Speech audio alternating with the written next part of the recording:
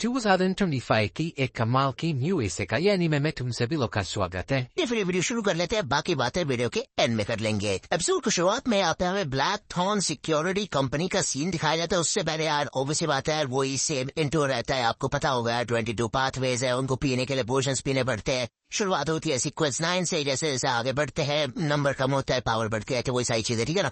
अगर आप इसकी कोई डिटेल वीडियो चाहते हैं तो मेरे को कमेंट सेक्शन में जरूर बता रखिए कि काफी लोगों को कंफ्यूजिंग लगी है एनिमे की कैसे काम कर रही है, तो उसके लिए मैं एक अलग से वीडियो बना दूंगा, ठीक है। हमें यहाँ पे एपिसोड की शुरुआत में एक बंदे का सीन दिखाया जाता है जो कि आपको याद हुआ ब्लॉन्ड सा बंदा था जो कि भाई क्लेन का पीछा कर रहा था। इसके भाई और वगैरह चेक कर लेते हैं लोग कि भाई ये कौन है बंदा, कहाँ है। तो यार ये एक सीक्रेट ऑर्डर का बंदा होता है जो कि एंटीगोनस फैमिली नोटबुक के भी पीछे पड़ा होता है, मतलब ये भी इन लोगों के साथ साथ है, मतलब ये भी पीछे पड़े हुए हैं भाई, उस नोटबुक को ढूंढ रहे हैं, ठीक है ना। और वो इजीली हार नहीं मानेंगे और भी लोगों को बेचेंगे, ठीक है। तो यार डंसमैन यहाँ पे शामिल होता है और तभी यहाँ पे एक बंदा आता है और वो बताता है कि क्लेन को एक क्लू मिला है नोटबुक के बारे में। अब यार ये लोग यहाँ पे एक जगह पे आते हैं जहाँ पे एक औरत होती है जो कि मर चुकी होती है, काफी समय हो चुका होता है उसे, ठीक है। अब यार क्लेन को तो थोड़ा अजीब सा लग रहा होता है, तो यहाँ पे उसे एक पोर्शन सुनाया जाता है जिससे कि उसको थोड़ा सा अच्छा महसूस होने लग जाता है, ओके। अब ये औरत जो होती है ना, इसका एक बेटा होता है रे बीबर और उसका लेने देना होता है भाई एंटीगोनस फैमिली नोटबुक से। तो यार अब ये लोग समझ जाते हैं कि इन लोगों को उसे ही ढूंढना है।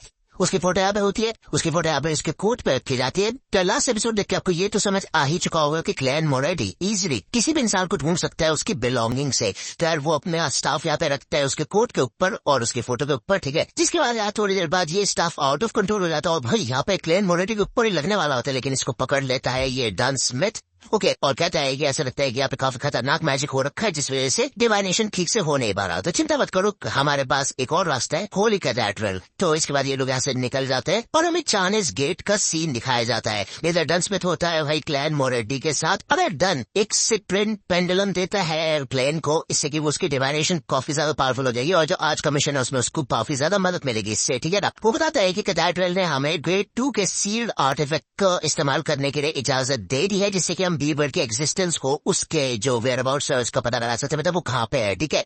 ऑब्वियसली बात है सील्ड आर्टिफैक्ट यहाँ पे आ रहा होता है और ये काफी खतरनाक चीज है, ओके। यहाँ पे 3 नए बंदे आते हैं, ओके ना। डन इंट्रोडक्शन दे देता है इन सबके सबका। इनमें से एक बंदे का नाम होता है अर्ल, दूसरे का नाम होता है बॉर्गिया और तीसरी होती है डाली, ठीक है। इसको हम पहले देख चुके हैं, चिंता करने वाली कोई बात नहीं है। आज का एक खेल काफी ज्यादा खतरनाक होने वाला है। तो यार ये लोग ये कहते हैं कि सीक्वेंस 9 के सीयर को हम अपने साथ ले जा सकते हैं, यानी कि क्लैन को, ठीक है। ऑब्वियसली बात है यहाँ पे इस वजह से खतरनाक है क्योंकि ये जो सील्ड आर्टिफैक्ट होते हैं ना वो होता है 2049 और ये काफी ज्यादा खतरनाक आर्टिफैक्ट है। और इनको पहले बात तो यकीन नहीं हो रहा होता कि होली कैथेड्रल ने इसका यूज करने की इजाजत कैसे दे दी, ठीक है ना। तो आपको बता दो कि जो बीबर है, मतलब रे बीबर नाम था उसका, वो एंटीगोनस फैमिली का डिसेंडेंट है, ठीक है ना। और उसको जल्दी से जल्दी हमें ढूंढना होगा, जिस वजह से यहाँ पे 2049 को प्ले किया गया है क्योंकि वो उसी की फैमिली द्वारा बनाया गया था, ठीक है। तो वो सबसे ज्यादा बढ़िया चीज है। तो यार ये लोगों ने अपने हाथ ताकि एक एक्शन करने लग जाते, ऊपर नीचे करने लग जाते हाथ को। तो यार प्लेन तो थोड़ा सा कंफ्यूज हो जाता है, वो उन्होंने सोचता है कि भाई यार ये आर्टिफैक्ट इसलिए खतरनाक है, ये तुम्हें एम्बैरेसमेंट से मार देता है इस वजह से। तो यार वो भी यहाँ पे करने लग जाता है ये चीज और हमें दिखाया जाता है कि ये जो आर्टिफैक्ट होता है एक बॉक्स में कैद होता है और भाई वो खुलने लग जाता है धीरे धीरे। इसके अंदर से एक छोटा सा क्लाउन निकलता है। अब यार ये क्लाउन काफी ज्यादा क्यूट लग रहा था, क्लैन सोचता है इतनी प्यारी सी चीज इतना ज्यादा खतरनाक भी हो सकती है क्या, लेकिन वो देखता है कि भाई ये काफी खतरनाक होता है और ये काइंड ऑफ स्ट्रिंग्स वगैरह फैलाने लग जाता है पूरे के पूरे कमरे के अंदर और ये स्ट्रिंग यहाँ पे क्लैन के गले में बंधने लग जाती है, लेकिन उसको रोक दिया जाता है। अब हमें दिखाया जाता है क्लाउन इधर पीछे पड़ जाता है क्लैन की, क्योंकि ऑब्वियसली बात है उसका कनेक्शन है एंटीगोनस फैमिली की नोटबुक के साथ, उसने छुआ तो उसको तो और इतनी इजीली मिटता नहीं है। यहाँ पे वो उसके पीछे भी जाने लग जाता है, ओके। 2049 काफी ज्यादा खतरनाक है और ये बेसिकली अपने आसपास के लोगों को पपेट बना सकता है। आमतौर पे ये 1 या 2 लोगों को ही कंट्रोल कर सकता है 5 मीटर के दायरे में, ओके। और इसकी इस ट्रिक को हम नाकाम कर सकते हैं अगर एक्सटर्नल फोर्स लगाई जाए। तो हमें दिखाया जाता है डाली यहाँ पे टच करती है डन को तो वो यहाँ पे नॉर्मल हो जाता है बेसिकली। तो ऐसा समझ आ रहे ना, एक्सटर्नल फोर्स से इसका मैजिक खत्म हो जाता है। यहाँ पे तभी बीबर को कोड डाला जाता है जिसे कि 2049 सीरियस हो जाता है और आता है भागता हुआ इसकी तरफ, मतलब कोर्ट की तरफ, लेकिन तभी यहाँ पे इसको पकड़ लिया जाता है। तो ऑब्वियसली बात है अब ये लोग समझ जाते हैं कि इनको जाना है, ओके। अब ये लोग निकल जाते हैं अपने अपने रास्ते पे, अपने रास्ते में नहीं मतलब यार जहाँ पे इनको जाना है, जहाँ पे बीबर मिलेगा इनको, ठीक है ना, उसका ठिकाना पता चल चुका होता है इनको। दूसरी ओर यहाँ पे हमें डॉक वेयर हाउस का सीन दिखाया जाता है जहाँ पे भाई बीबर का सीन हमें बताया जाता है। बेसिकली एक बंदा होता है और मेरे ख्याल से ये बीबर है, ठीक है, इसके पेट में ये बुक चली जाती है और भाई जैसे वो बुक उसके पेट में जाती है ना, ये बंदा ट्रांसफॉर्म हो जाता है, भाई अलग ही टाइप का मॉन्स्टर टाइप बन जाता है ये बंदा, हमें दिखाया जाता है। इसके साथ साथ यहाँ पे एक क्लाउन भी होता है, क्लाउन जैसा दिखने वाला बंदा, और इसे भी सीक्रेट ऑर्डर ने ही भेजा होता है, ये एक फैंडम होता है, ठीक है ना। हमें यहाँ पे उसके हाथ पे वो मार्कर भी दिखाया जाता है। अब फाइनली ये लोग यहाँ पे वेयर हाउस पे पहुंच चुके होते हैं, ठीक है। अब अपने से ट्विन पेंडुलम का इस्तेमाल करता है प्लेन और पता लगाने की कोशिश करता है कि यहाँ पे डेंजर है या नहीं, और ऑब्वियसली बात है जैसे वो देखता है तो ये दरवाजे खुलते हैं।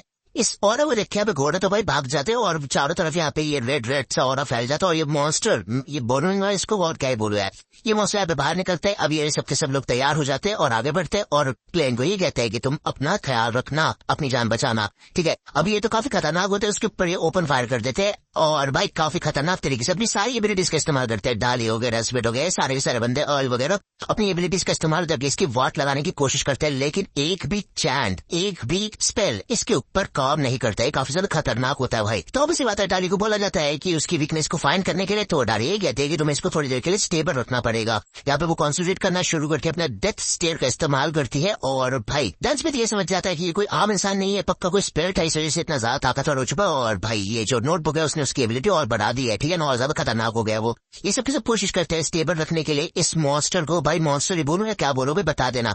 यहाँ पे प्लेन को दिख जाता है कि उसके पेट में है वो नोटबुक, और हमें दिखाया जाता है कि भाई इन लोगों की धीरे धीरे करके ना वाट लगना शुरू हो जाती है, काफी खतरनाक होता है सच में, इनकी वाट लगा रहा होता है बुरी तरीके से। ओके, ये धीरे धीरे जाके घायल होना शुरू हो जाते हैं, भले ये पूरी कोशिश कर रहे होते हैं अपने स्पेल वगैरह को कंटिन्यू रखने की, ठीक है ना। तभी यहाँ पे क्लेन अपने नॉकटर्नल स्लम्बर का इस्तेमाल करते हैं, जिससे कि दो कार्ड्स उड़ते हुए आते हैं और इस मॉन्स्टर के भाई चारों तरफ फैलने लग जाते हैं, मतलब घूमने लग जाते हैं, जिससे कि वो सो जाता है। और फाइनली यहाँ पे डाली अपना काम कर देती है और इसका वाट लगा के रख देती है, जिसके बाद यहाँ काफी खतरनाक एक्सप्लोजन होता है, साथ में डाली की भी हालत काफी ज्यादा खराब हो जाती है। ओके, अब जब ये मामला थोड़ा शांत हो जाता है ना, तो प्लेन को फिर से सुनाई देती है वही सेम चीज, हॉर्नाकिस फ्लैगरे, हॉर्नाकिस फ्लैगरे। वो यहाँ पे जब आता है तो वो देखते हैं इधर पड़ी होती है एंटीगोनस फैमिली की नोटबुक, और हमें फिर से उस फैंडम का सीन दिखाया जाता है। भाई वो रेडी होता है, बेसिकली वो यहाँ पे आता है अटैक करने के लिए क्लेन के ऊपर, लेकिन तभी यहाँ पे डन उसको गोली मार देता है। वो समझ जाता है ये एक फैंटम है, और ये सबके सब उसके ऊपर भाई ओपन फायर करना शुरू करते हैं, लेकिन भाई बहुत ज्यादा फास्ट होता है।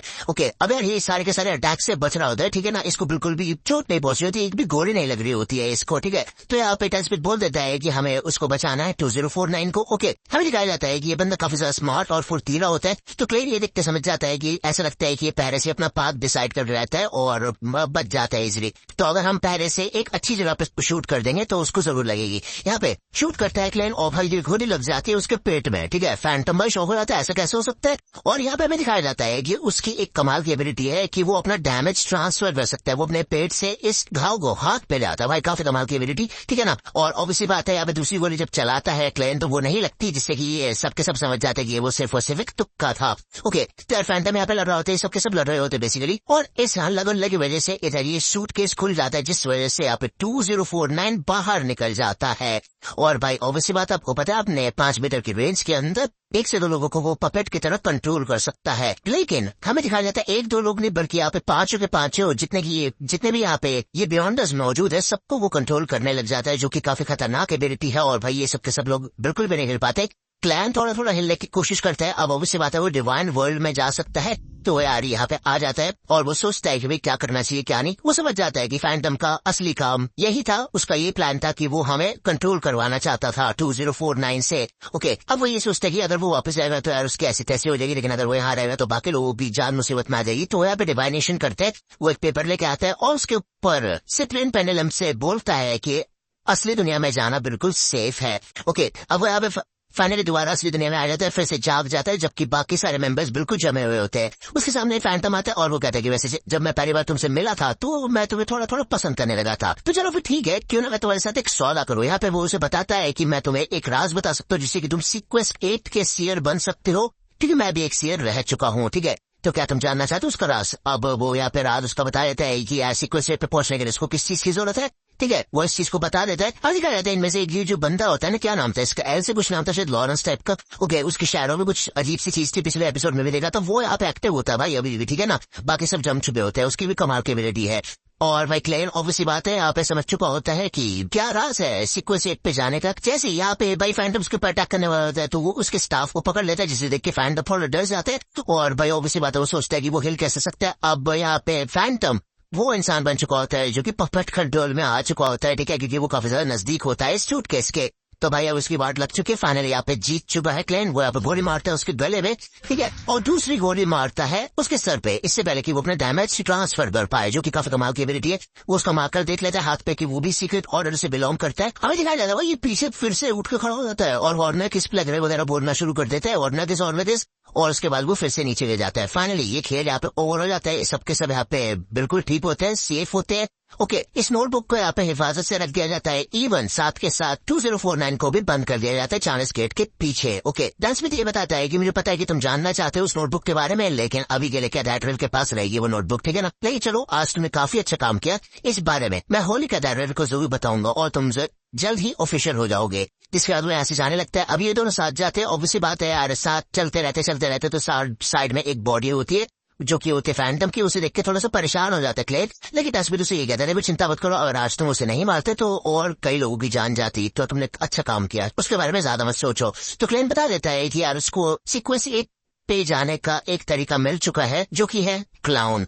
और भाई अब आपको ये तो नेक्स्ट एपिसोड में पता चलेगा भाई क्लाउन क्या है, ठीक है। अरे भाई ये सब अलविदा करते हैं, ऑयल वगैरह ये सब जाने के लिए तैयार हो जाते हैं। डाली अभी थोड़ा ज्यादा जख्मी है, इस वजह से उसको बाद में भेजा जाएगा, वो यहीं पे रहेगी थोड़े समय के लिए। ये लोग ये कहते हैं कि वैसे तुम एक सीक्वेंस 9 के सीयर हो, लेकिन उसके बावजूद तुम काफी कमाल के हो, आज तक हम कभी तुम जैसे सीयर से नहीं मिले हैं। तो ऐसा होता है, इसके बाद ये लोग चले जाते हैं। तभी यहाँ पे क्लेन को थोड़ा सा अजीब सा महसूस होता है और ऐसा लगता है कि उसका पोर्शन लूज कर रहा है, तो कुछ तो बात है यहाँ पे। तो ये सोचते हैं कि यार बार बार उसको हॉर्नर के सुनाई दे रहे, तो यार उसके बारे में रिसर्च करनी पड़ेगी। जरूर ऐसा वो इंसान जो कि हिस्ट्री के बारे में जानता हो वो इसके बारे में बता सकता है। तो समय आ चुका है कि अब मैं जाऊं प्लेन के टीचर से मिलने के लिए। यहाँ पे वो आ जाता है हॉय यूनिवर्सिटी में। यहाँ पे एक टीचर होता है मिस्टर एजिक एडर्स, जो कि टीचर होता है हिस्ट्री का। और भाई ये सारी की सारी बातें यहाँ पे बता देता है क्लेन उसको, और उसे पूछने की कोशिश करता है हॉर्नेकिस वगैरह के बारे में और एंटीगोनस फैमिली के बारे में बात करता है, ठीक है ना। तो क्लेन ये कहता है कि अगर आपको कुछ भी याद आया और कोई इन्फॉर्मेशन मिलेगी तो आप जरूर मेरे को लेटर लिखना। तो वो यहाँ से उठ के जाने लग जाता है, और जाने से पहले यहाँ पे मिस्टर एजिक यही कहता है कि तुम्हें पता है ना, अभी तुम एक सीक्रेट ऑर्गेनाइजेशन में काम कर रहे हो और कभी कभी हम ऐसी अंधेरी जगहों में फंस जाते हैं जहाँ से निकलना मुश्किल हो जाता है, तो अपना ख्याल रखना। जिसके बाद यहाँ से निकल जाता है क्लेन, और हमें दिखाया जाता है कि एजिक के लोग अलग ही एबिलिटी होती है। ऐसा लगता है ये भी बियॉन्डर टाइप ही है ना, क्योंकि इसकी शहरों में से यहाँ पे एक काफी अलग से स्कैनर निकलता है जो कि भाई रेडी होता है कुछ करने के लिए। एनीवे ये एपिसोड है,